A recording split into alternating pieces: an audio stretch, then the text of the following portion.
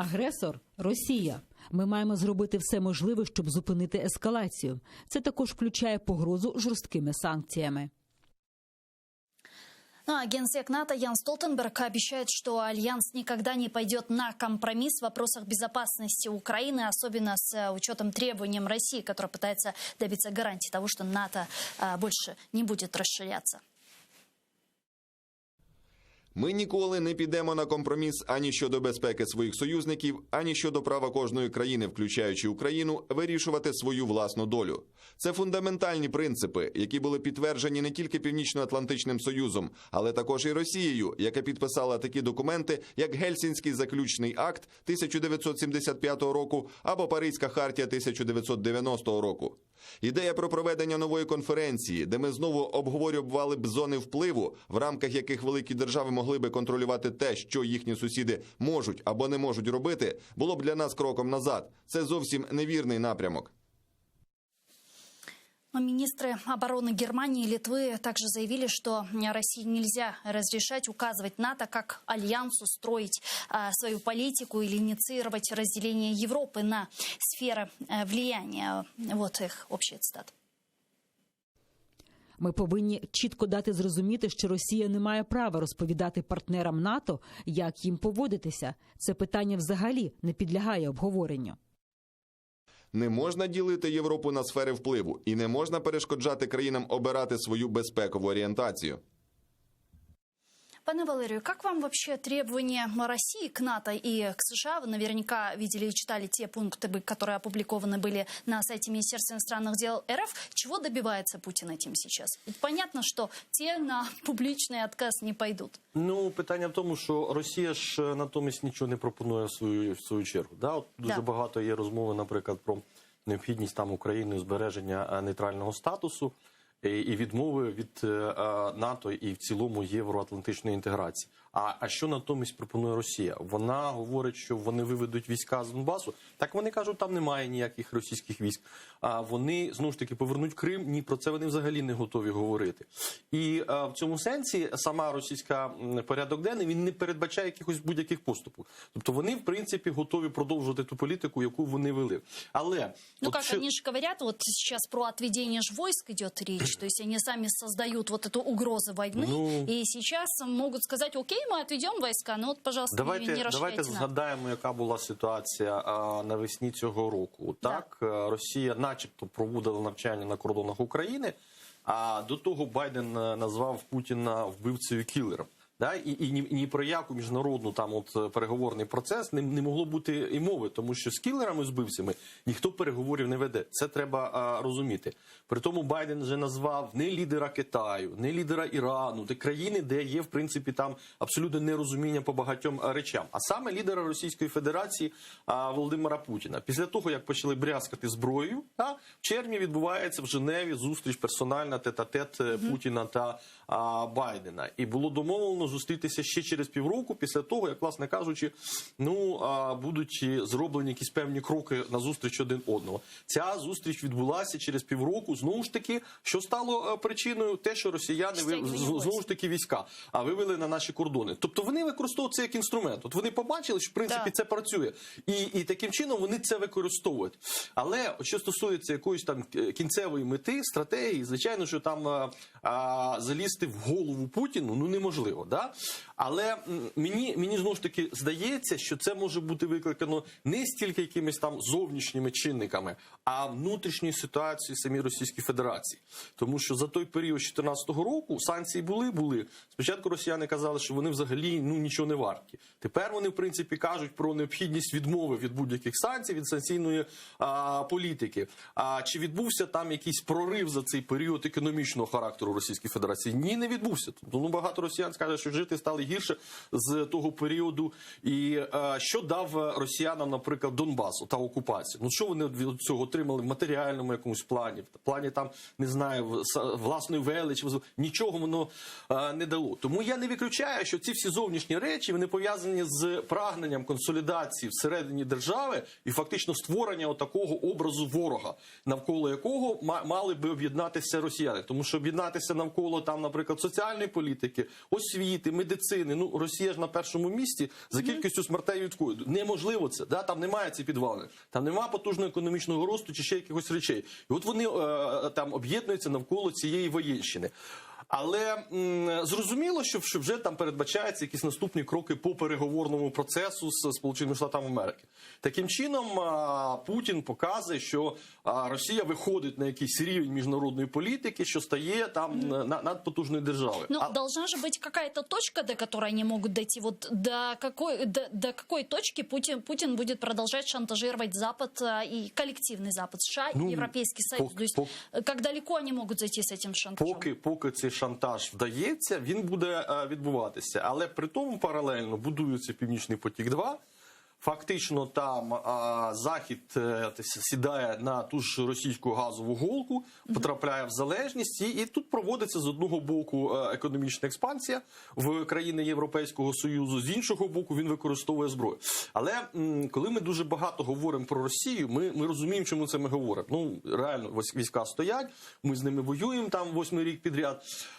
Але при цьому я би просто не порівнював Російську Федерацію за там впливовістю, ну, наприклад, з Сполученими Штатами Америки, чи, наприклад, з Китаєм. Тому що ні в військовому, ні тим більше я вже казав про економічні якісь показники, це абсолютно не співрозмірні величини.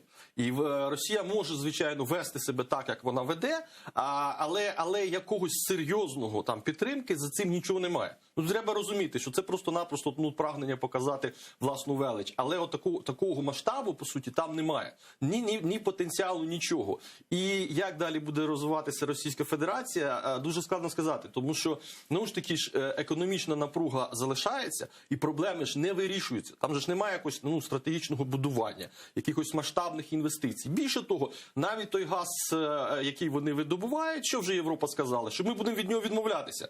Тому що вони побачили цей шлях, що фактично Росія заганяє Захід в власну залежність. І це консолідувало зараз, по суті, всі країни НАТО консолідувалися. Цього не було протягом там достатньо тривалого часу. Зараз Байден вже виступав як лідер від НАТО, висловив позицію Заходу, сказав, що ми ні на які поступки не підемо, ми ніяких ваших там червоних ліній визнавати не будемо. Ця позиція була сказана в очі, тет-а-тет, ну нехай і в онлайн такому спілкуванні. Окей, декларативно, вот те заявления, которые артикулируются, мы четко видим, слышим, что они довольно жесткие и поддерживается территориальная целостность Украины. Но когда мы смотрим на практику, да, тот же Северный поток-2, о котором мы говорили выше, он, мы видим, достраивается. Германия и Соединенные Штаты фактически дали зеленый свет Северному потоку-2. Запад сейчас пугает Россию санкциями, но так или иначе более жесткие санкции не вводятся. Говорят, что будут вводить уже в случае возможной дальнейшей агрессии России. А постфактум, есть ли смысл вводить эти санкции, если будут умирать люди и будет довольно серьезная военная агрессия России? То есть, когда на практике мы действительно четкие действия сможем увидеть? Коли ми говоримо про можливу агресію зі сторони Російської Федерації, про так звану Велику війну, я от знову ж таки не переконаний, що Путін і в цілому Кремль робить саме таку ставку і обирає таку стратегію. Я поясню чому. Тому що ну не лише будуть запроваджені санкції, будуть запроваджені санкції по тому ж Північному потоку-2. Достатньо чітко сказали. А може бути відключення системи SWIFT в Росії. Звичайно, що є такі країни, наприклад, як Північна Корея, Іран, де цю систему було вимкнуто. Ну, Іран після цього не загинув, вони залишалися. Більше того, була вироблена нова система з країнами Європейського Союзу, в якій вони співпрацюють і продовжується обмін там фактично фінансовими можливостями. Але я думаю, що зрештою в цій великій війні не лише Росія не зацікавлена в економічному плані, а в військовому плані. Це ж так само будуть колосальні втрати. Ну гаразд, Російська Федерація, вона вела війну на рівні чого? На рівні Абхазії, на рівні там Південної Осетії, на рівні Придністров'я. В Донбасі там же ж гібридна така війна, да? Тобто вона не повномасштабна. А повномасштабна війна з України означатиме величезні втрати. І я глибоко переконаний, що в цій війні не зацікавлена Європа, не зацікавлений Європейський Союз. Тому що отримає Європа. Вже сирійська криза показала, це величезна кількість біженців, і в Європі не знали, що робити в 2015 році з тією величезною кількістю. А ми думаємо, що якщо буде велика війна, українці не підуть туди на захід, да? Тобто вони будуть, власне кажучи, просто гинути. Це величезна міграційна хвиля. А чи зможе подолати це Європа, невідомо. В Україні є атомні електростанції. В Україні є достатньо складні підприємства хімічної промисловості. А велика війна означає можливість фактично підривання цих всіх установ, і тому що це війна. І що від цього отримає Європа? Вона отримає ще плюс якихось там мігрантів, плюс отримає ще екологічну кризу величезного масштабу. Тому я думаю, що можуть бути якісь моделі гібридного характеру. Так як, наприклад, зараз використовує Російська Федерація Білорусь і Лукашенка. І Європа не знає, що робити з тими невеликою відносно кількістю мігрантів, які ж йдуть з Білорусі через державу, фактично, Білорусь. Сегодня мы видим, как коллективный Запад говорит о необходимости принятия превентивных мер для сдерживания дальнейшей агрессии Российской Федерации. И тут, естественно, возникает вопрос, а почему бы, если есть те санкции, которые могут действительно повлиять на Путина, на его агрессию, почему эти санкции, которые озвучиваются, не вводятся уже сейчас? То есть как в качестве превентивной меры. Почему? Почему их не вести сейчас и не предотвратить эту напряженность и не дать возможность Украине деоккупировать Крым и Донбасс тем самым? Намагаються ж грати з Російською Федерацією по певним правилам, що якщо ви робите більш жорсткі якісь кроки, то ми так само будемо йти на більш жорсткі санкції.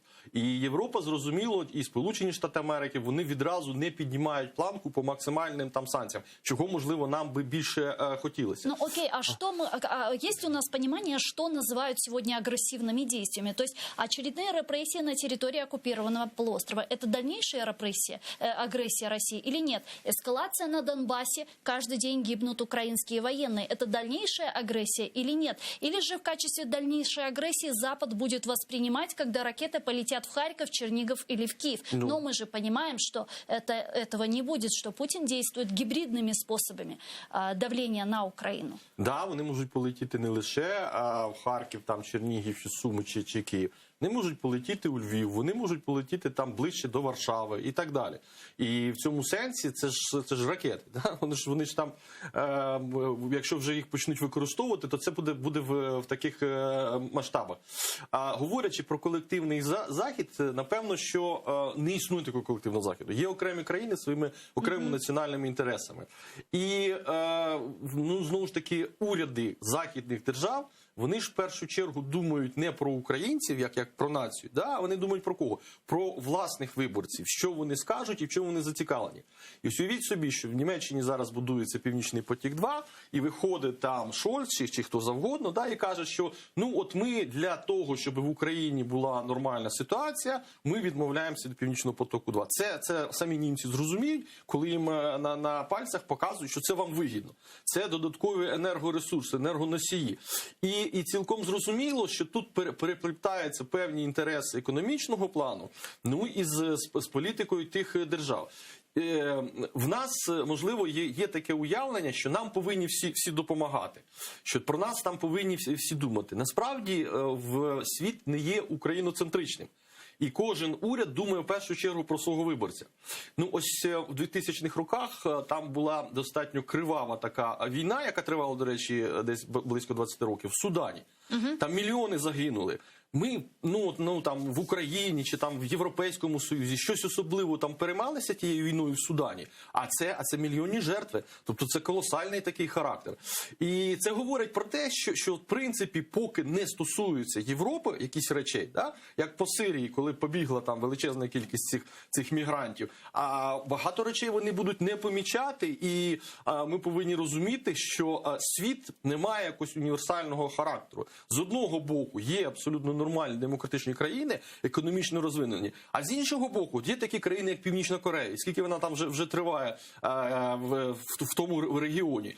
І є такі країни, як Білорусь з Лукашенком. І очевидно, що в даному випадку ми не вирішимо це. Але в даному ситуації сама Російська Федерація робить все можливе, щоб ми потрапили в НАТО, тому що це реально для нас мотивація.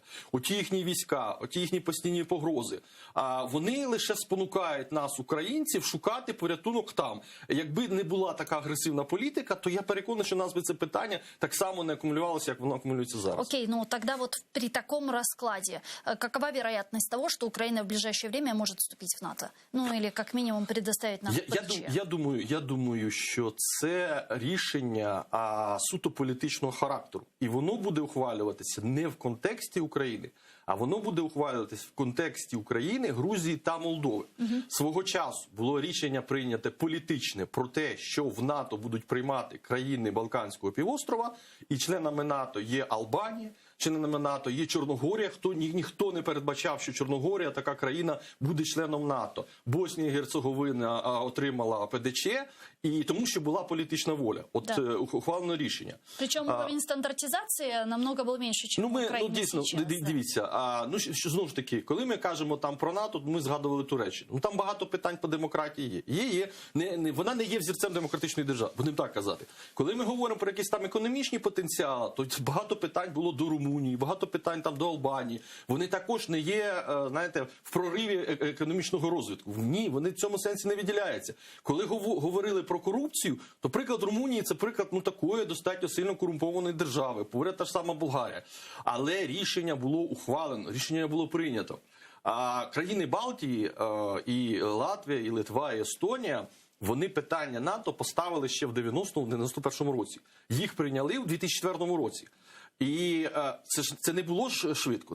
Це пройшло 15 років, і от коли там чи 14 років, коли рішення все ж таки було ухвалено на їхню користь. Але якщо ви не стукаєте в двері, то вам, очевидно, їх і не відкриють. Ну хорошо, а что тогда лежит в основе принятия политического решения? Что должно произойти, чтобы в НАТО был консенсус по вопросу принятия Украины в Альянс? Здається мені, що тут повинні бути достатньо серйозні реформи пройти в самій Україні. І ще ж саме головне, що ці реформи повинні мати незворотній характер. Тому що ми не можемо сказати, що в нас країна є послідовна в проведенні своєї, наприклад, зовнішньої політики. У 2008 році, безумовно, піднімалося питання, коли президентом був Віктор Ющенко, про надання Україні ПДЧ. Давайте собі уявимо ситуацію, що в 2008 році ми не лише ПДЧ отримали, а вже стали членами НАТО. Наступним президентом хто в нас стає? Віктор Федорович Янукович, який не те, що про НАТО, а й навіть оцю асоціацію з Європою відмовився підписувати, абсолютно взявши кредит ще там в Російській Федерації, і незрозуміло, де ті, до речі, кошти ділися. Тому що з бюджету ми ні копійки там того всього кредиту не отримали. І ось якщо Україна не завжди, м'яко кажучи, є послідовною в своїх якихось питаннях, дуже багато питань до президента Зеленського, його особистісне бажання зустрітися з Путіном. Про що говорити? Ми змістовно там же не піднімається питання, тому що те, що ми озвучуємо, Крим, наприклад, Донбас, самого Путіна не цікавить. А можливість таких сепаратних якихось домовленостей з Російською Федерацією, поступок, тому що ми з одного боку ведемо війну, з іншого боку ми укладаємо газову угоду і ми розглядаємо це все в комплексі. Там ще є якісь певні політичні домовленості, при тому, що ці домовленості мають підкилимний характер. І оця непослідовність України, вона також не надихає в надійному партнерстві сторони України. Если предположить и смоделировать, что Украина доводит до конца в позитивном плане все свои реформы, антимонопольная реформа, антикоррупционная реформа, СБУ и так далее, выполняет абсолютно все стандарты НАТО. В таком случае Украину, если берут НАТО, то что делает НАТО по Крыму и по Донбассу? То есть какую формулу они могут по этому вопросу найти? Сказать, что окей, мы контролируемая украинской властью территория Украины входит в 5-ю статью о коллективной безопасности НАТО, а Крым и Донбасс мы оставляем за скобками? То есть как вы это видите, как это возможно? Ми далеко заходимо, да, тому що там навіть на такому серйозному рівні не обговорюється членство в НАТО. Але країни-члени НАТО, я думаю, що вони не готові зараз фактично вести якісь жорсткі переговори з Російською Федерацією по питанню Криму, по питанню Донбасу. Але інше питання, от коли там говорять про якісь війська, можливі НАТО на території України, то цих військ не буде на території України. Але належне озброєння, яке би могли нам надати країни-члени НАТО, і ті ж самі Сполучені Штати Америки, та ж Польща, чи Канада, чи Німеччина, яка зараз блокує нам поставки оборонного озброєння, вони також не стимулюватимуть Російську Федерацію до ведення якихось агресивних дій. Тому що наявність зброї необхідна для того, щоб зброю проти тебе не застосував твій суперник. Якщо в тебе цієї зброї немає і в тебе пацифістські настрої, то це навпаки буде мотивувати ту ж Росію вести абсолютно агресивну політику по відношенню до України, як і до будь-якої іншої держави. Тому в цих реформах ми, в принципі, зацікавлені самі. Ми їх маємо доводити до кінця. Але головне питання, чому нам, в принципі, не надається настільки там потужна допомога зі сторони Заходу? Захід буде тут захищати Україну тоді, коли він тут побачить свої корінні інтереси. Коли сюди впустять інвестиції з тої ж Німеччини чи з тієї ж Польщі, і їм буде тут що захищати. От тоді вони першими скажуть, що давайте будемо забезпечувати безпеку України, тому що це наші кошти, це фактично податки до наших бюджетів, це зарплати там і здобутки нашого виборця. Пане Валерію, а кого би ви сьогодні назвали реальними союзниками України? Є країни Східної Європи, це в першу чергу Польща, це Литва, це ті країни, які з одного боку мають радянське історичне минуле, тобто пам'ять, тому що там в Франції, наприклад, в інших державах в них немає цього досвіду. А ці країни Балтії, вони мають цей досвід і вони є реальними нашими партнерами. І при тому, що вони прекрасно розуміють, що якщо посипеться Україна, то ті ж війська будуть бряцкати не на наших кордонах, а вже на їхніх кордонах. Тому що, знаєте, як там апетит приходить під час їди. Якщо нададуть можливість Росії фактично розширятися, вона буде йти далі, вона не зупиниться. Сегодня, как вы знаете, прошла встреча Люблинского треугольника президентов Украины, Польши и Литвы. На ваш взгляд, насколько важен вот такой вот союз, такой Люблинский треугольник? Он сегодня во внешнеполитическом украинском векторе насколько важен и что он нам дает? Він дуже необхідний і потрібен і не лише в військово-політичному контексті, про який ми в основному сьогодні говорили. Тому що це питання енергетичної безпеки. Тому що Польща наразі, як країна-транзитер, до речі, так само, як і Україна, вона потрапила в дуже скрутну ситуацію. Бо, по суті, Північний потік-2 обмежує і польську частину. Але вони зараз відмовилися від російського газу. Газпрому вони газ вже не купують, вони вийшли на абсолютно інший рівень. Зроблені і в Польщі, і в Литві термінали для скрапленого газу Сполучених Штатів Америки або з будь-якої іншої країни. І вони в цьому сенсі забезпечують свою енергетичну безпеку. А перед нами та сама проблема, тому що Російська Федерація вже укладає угоди, наприклад, з Угорщиною в обхід території України, і вона буде діяти таким чином надалі. Я не думаю, що нам вдасться там якимось чином домовитися, або якщо це будуть домовленості з РФ, то вони будуть на достатньо невигідних для України позиціях. Тобто вони будуть вимагати якихось достатньо суттєвих політичних поступок. В тому числі закриття питання Криму, відмову визнання статусу кво, а в тому числі повернення до України окупованих територій в Донецькій і Луганській області на умовах, на правах фактично тих окупованих територій. І там може бути мова не про те, що вони повернуться до України, а що Україна буде долучена до єднання до ДНР, ЛНР і фактично жити за їхніми правилами. А я думаю, що такі питання піднімаються. Просто-напросто треба розуміти, що в самому українському суспільстві такі зміни не сприймаються. Але ми ж знову ж таки повинні розуміти реальну ситуацію. ситуацію, що з одного боку є російські війська на наших кордонах, з іншого боку, у нас є залежність по електроенергії від Білорусі, а фактично від Російської Федерації. Ми заходимо в зиму без газу, без вугілля, і сукупність всіх цих чинників може, по суті, дати привід, мотивацію для влади сказати, що, бачите, ми ж не просто пішли на поступки. Така склалася ситуація. Ми проти того, щоб країна була в морозі, ми проти того, щоб була велика війна, тому ми йдемо на такі поступки. Звичайно, що цього допустити неможливо, тому що якщо ми поступимо в цих ключових питаннях, це абсолютно не зупинить Російську Федерацію, вона буде йти далі. Сегодня на пресс-брифинге президентов Польши, Литвы и Украины президент Украины Владимир Зеленский прокомментировал заявление самопровозглашенного президента Беларуси Александра Лукашенко о возможном размещении ядерного оружия на территории Беларуси. И, по словам президента, украинская сторона много раз слышала угрозы о размещении ядерного оружия РФ в разных уголках мира. Цитирую, Зеленский сказал следующее. «И о размещении ядерного оружия на временно оккупированной территории Крыма, а сейчас мы слышим информацию о Беларуси. Я считаю, что такими вещами нельзя играть, а для Украины достаточно привычная ситуация относительно очередной информационной атаки со стороны России и некоторых представителей Беларуси. Если так случится, по крайней мере, мы будем знать, где расположена часть ядерного оружия России». Конец цитаты. Какова вероятность того, что сейчас на Беларуси Россия может разместить ядерные боеголовки? Ми не контролюємо цю ситуацію, і вони можуть розміщувати будь-які війська. Але ядерна зброя – це достатньо специфічний вид озброєння. І вона використовується, знову ж таки, не для того, щоб реально її задіяти. Тому що, що таке там використання цієї зброї, наприклад, проти України?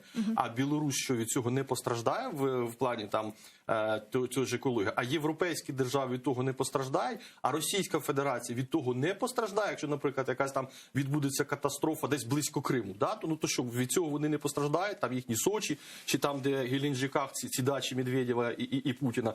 Ні, тому я в цьому сенсі не вірю, що буде використовуватися та ядерна зброя, тому що росіяни, вони ж прямо не діють, правильно? Вони діють гібридними методами. А от те, що можуть бути провокації, наприклад, там зі сторони окупованої Донецької, Луганської області, можуть бути такі провокації, а вони можуть бути зі сторони Білорусі, можуть бути зі сторони Білорусі.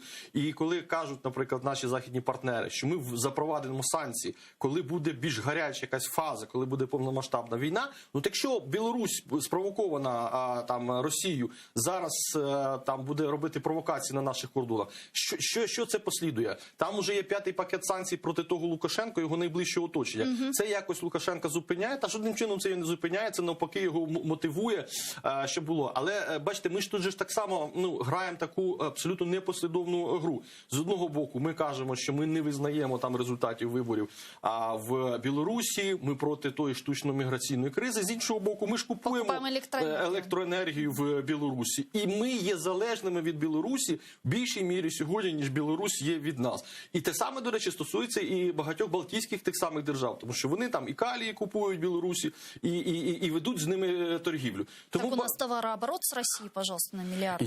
Є в нас із Російською Федерацією товарообіг, і багато цих спекуляцій щодо торгівлі на крові і так далі, і так далі. Все це є. Але тут так само треба робити акценти, що все ж таки той товарообіг, який ми мали, наприклад, на 2014 рік, зараз він абсолютно не в порівнянні йде.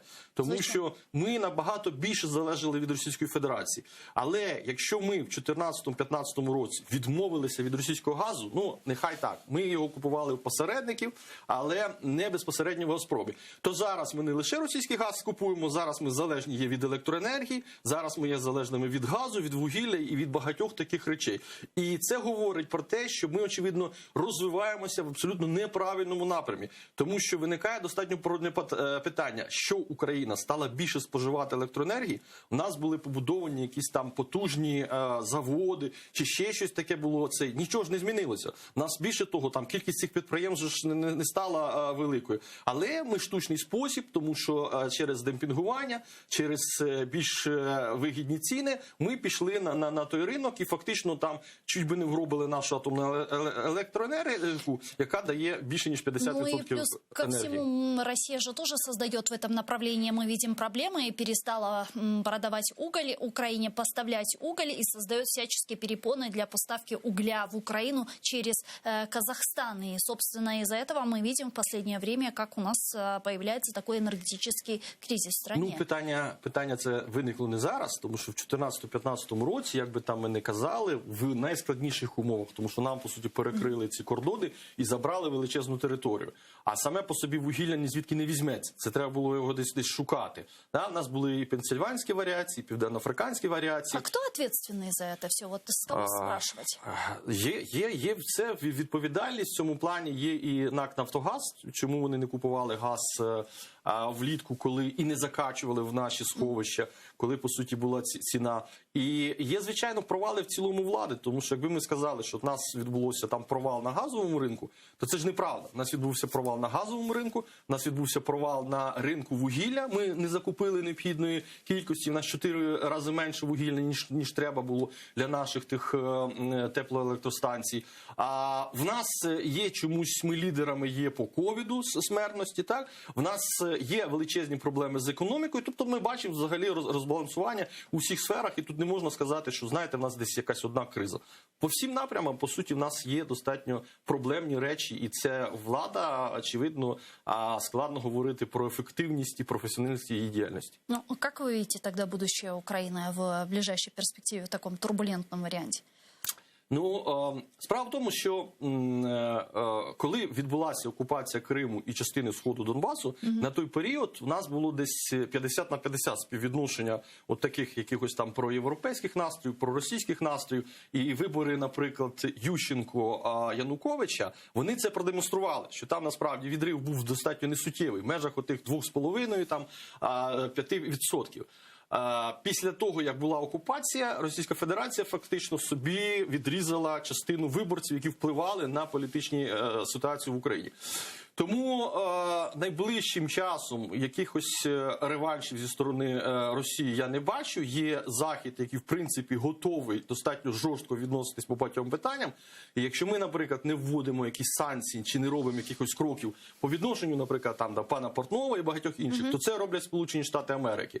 І от вони зацікавлені в тому, що в нас відбувалися ці реформи, і от десь за допомогою десь трошки громадської думки і активності, десь трошки за рахунок там інших держав, десь за рахунок якихось загальних процесів, які відбуваються, ну, ми будемо рухатися вперед, я в цьому переконаний. А те, що тут, знову ж таки, рано чи пізно, от ті настрої, які є в суспільстві, вони так само перетворяться в більш якісну політичну палітру в межах нашої влади.